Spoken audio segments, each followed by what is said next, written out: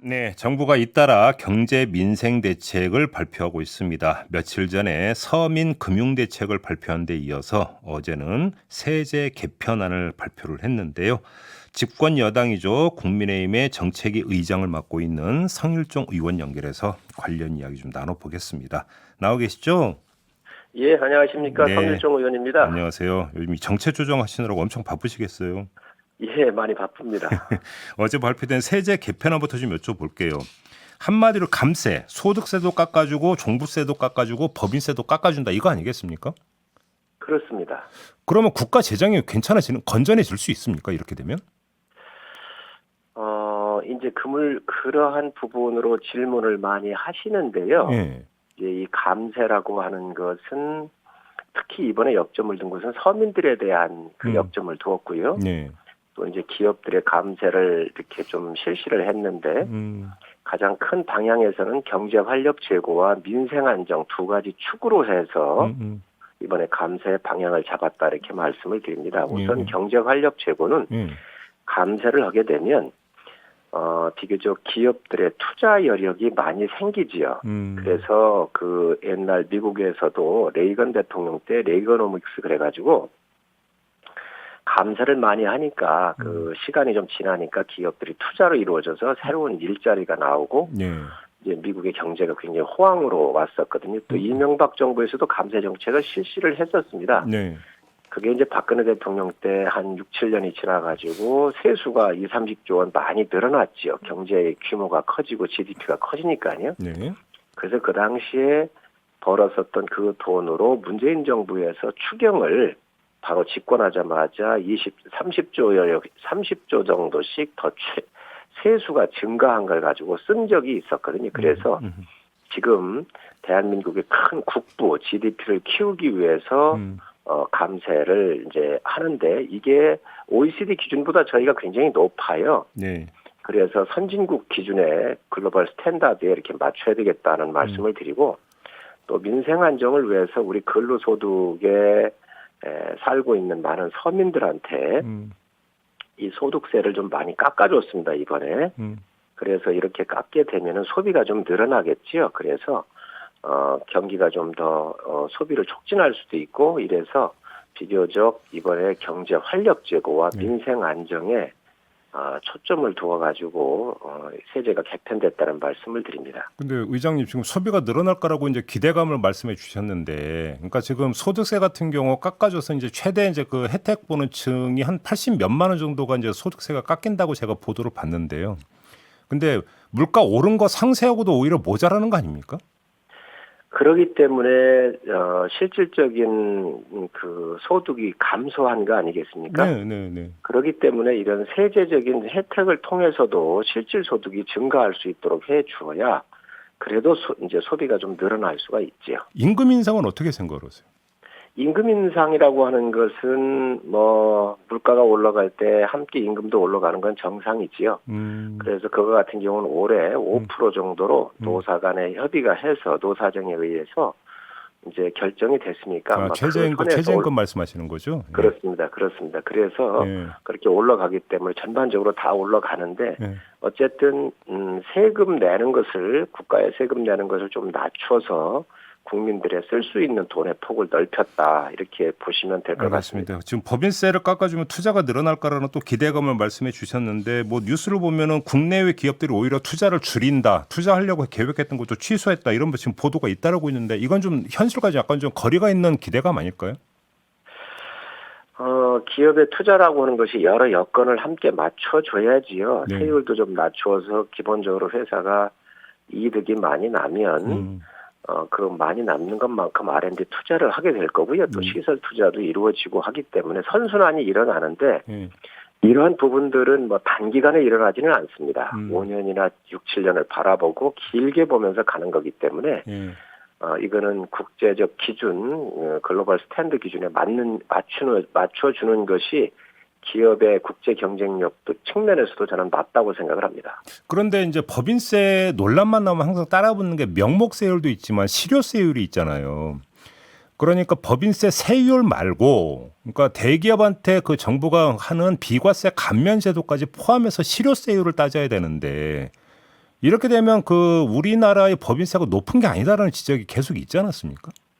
그렇게 보실 수도 있을지 모르겠는데 외국 같은 경우는 미국 같은 경우는 첨단 산업 같은 경우 약 그 투자 설비하는 거에 40%까지 깎아주거든요. 네. 저희 같은 경우는 그동안 그 감세했었던 R&D 투자에 대한 감세했었던 이런 것들을 계속 줄여왔습니다. 예. 그런데 이번에 이 반도체라든가 이런 첨단 산업 쪽에서는 한 2%더 세액을 좀 올려줬죠. 그래서 새로운 일자리 창출을 위해서 예. 경제라고 하는 것은 지금 1년이나 2년을 바라보는 게 아니라 5년이나 10년을 내다보고 대한민국 경제 체질의 강화를 위해서 방향이 설정이 되어야 합니다. 그 측면에서 바라보면 지금 많은 투자를 통해서 또 설비 투자를 통해서 세액을 일부 감면하는 게 있지만 이러한 그 설비 투자를 더 촉진시킴으로써 더 좋은 일자리가 늘어나고요. 네. 국가적인 큰 GDP의 전체 국가 부가 늘어나기 때문에 긍정적인 효과가 더 많이 기대하고 알겠습니다. 이런 정책을 시행하게 된 겁니다. 이 종부세 같은 경우는 보니까 핵심이 그 과세 체계를 주택수 기준에서 그러니까 그 주택 가격 기준으로 바꾸는 거잖아요. 이러다 그렇습니다. 보니까 예. 지금 어떤 평가가 나오냐면 이거 다시 또 이거 이 투기가 부채질되는 거 아니냐 이런 지금 우려가 나오던데 이건 기우입니까? 세금이라고 하는 것은 얇고 넓게 걷어가는 것이 노무화 시대에 또 있었었던 그 원칙입니다. 지금도 똑같지요. 그래서 어떤 징벌적 개념보다는 얇고 넓은 개념에서 균등하게 좀 부담을 느끼지 않으면서 내는 게 전 원칙이라고 생각을 합니다. 그래서 이번에 종부세도 기본 공제를 6억에서 9억 정도로 올려주었으니까는요. 아마 좀 세부담은 상당히 좀 줄어들 것이라고 생각을 합니다. 근데 예를 들어서 아주 이제 예외적인 경우, 예를 들어서 갑자기 이제 뭐 그러니까 그 부모님이 어떻게 그러니까 되셔가지고 그러니까 상속을 받았다든지 아주 예외적인 경우가 물론 있을 수는 있는데 그게 아닌 경우라고 한다면 사실은 다주택에 대해서는 국민 정서와 인식이라는 게 솔직히 있지 않습니까? 지금 세금 때문에 그 굉장히 부담을 느껴서는 안 된다고 생각을 하고요. 네. 또 이제 그 지금 현재 그 개편 방향에서 1세대 1주택 같은 경우는 6억에서 9억으로 올라갔고요. 네. 다주택 같은 경우에도 지금 말씀하신 대로 단일화해서 이렇게 했기 때문에 비교적 그 세에 대한 부담을 조금 덜어드리는 것이 좀 낫지 않겠나 하는 생각을 알겠습니다. 갖고 있습니다. 아무튼 근데 이거는 이제 세법이 개정이 돼야 되기 때문에 국회를 거쳐야 되는 거잖아요. 그런데 지금 그렇습니다. 더불어민주당은 그 법인세나 종부세 같은 경우는 상당히 부정적이던데 이게 합의 처리가 가능하겠습니까? 이제 여야 간의 협상을 통해서 설득도 해야 되겠지만 기본적으로 저희가 법인세 같은 경우에 외국에 비해서 좀 높지 않습니까? 그리고 국가 경쟁력 측면에서 좀 봐야 되기 때문에 저는 야당의 이해가 있을 거라고 생각을 합니다. 그렇게 기대를 하시는 거고요. 알겠습니다. 세제 개편 말고 며칠 전에 발표됐던 그러니까 서민 금융대책 있잖아요. 예. 그 가운데 좀 하나만 뽑아서 질문드리고 싶은 게 그 지금 변동금리 주택담보대출을 받은 사람 가운데 4억 이미만 주택자에 대해서는 고정금리로 갈아탈 수 있는 길을 열어주겠다. 지금 이 방안이 있지 않습니까? 예. 근데 이거에 대해서 서울 같은 경우는 아파트 기준으로 하면 평균 주택 가격이 9억인데 대상자가 거의 없는 거 아니냐? 이거 오히려 그러니까 수도권 역차별 아니냐? 이런 지금 그 지적이 나오던데 이거 좀 조정할 여지 없습니까? 좋은 질문을 해주셨는데요. 지금 현재 전국 평균으로 보면 한 5억 정도 되는 것 같아요. 네. 예, 그런데 이제 주택가격 4억 미만에 지금 변동금리가 한 7%, 8% 이렇게 올라가니까 이분들에 대한 이자를 좀 경감을 해드려야 되겠다. 그래서 올해 한 25조 준비를 하고요. 내년도 20조 정도를 준비를 해서 총 45조입니다. 예. 그래서 이분들에 대해서 고정금리 한 4%대 3% 말이나 4% 정도의 내에서 이자에 대한 부담을 좀 적게 해드려야 되겠다 이렇게 방향을 세웠고요. 예. 저희 당에서는 이 주택 가격의 4억 가지고 1차를 좀 하고 추가적으로 좀 금액을 좀 올려서 저희가 8억이 됐든 9억이 됐든 추가적으로 좀 더 많은 분들이 혜택을 볼 수 있도록 하게 해달라고 이미 저희가 정책위에서 요청을 했고요. 앞으로 이 부분은 지속적으로 정부하고 협의를 해서 많은 분들이 이 고금리 시대에 고정금리인 좀 낮은 금리로 이 이자 부담을 덜어드릴 수 있도록 예. 추진하겠다는 말씀을 드립니다. 그러면 그걸 지금 기재부하고 그 협의를 하고 있는 사항입니까? 확실히? 협의 단계라고까지는 할 수 없고요. 당의 의견을 기재부에도 전달을 했고 예. 또 검토를 해달라 그래서 금융위에도 요청을 했고 그 정부한테는 요청을 지금 계속 하고 있는 상태입니다. 그러면 그 이제 기준선을 8, 9억까지 올린다 이 얘기인 거죠. 정리하면. 그렇습니다. 당에서는 좀 그래도 이번에 1인 주택 예. 종부세 할 때에 9억까지 올리지 않았습니까? 기준이. 예. 그래서 정부 여력이 어떨지 모르겠습니다. 예. 그렇지만 하여튼 좀 대폭 좀 상향을 해서 요청을 지금 하고 있습니다. 9억까지. 알겠습니다.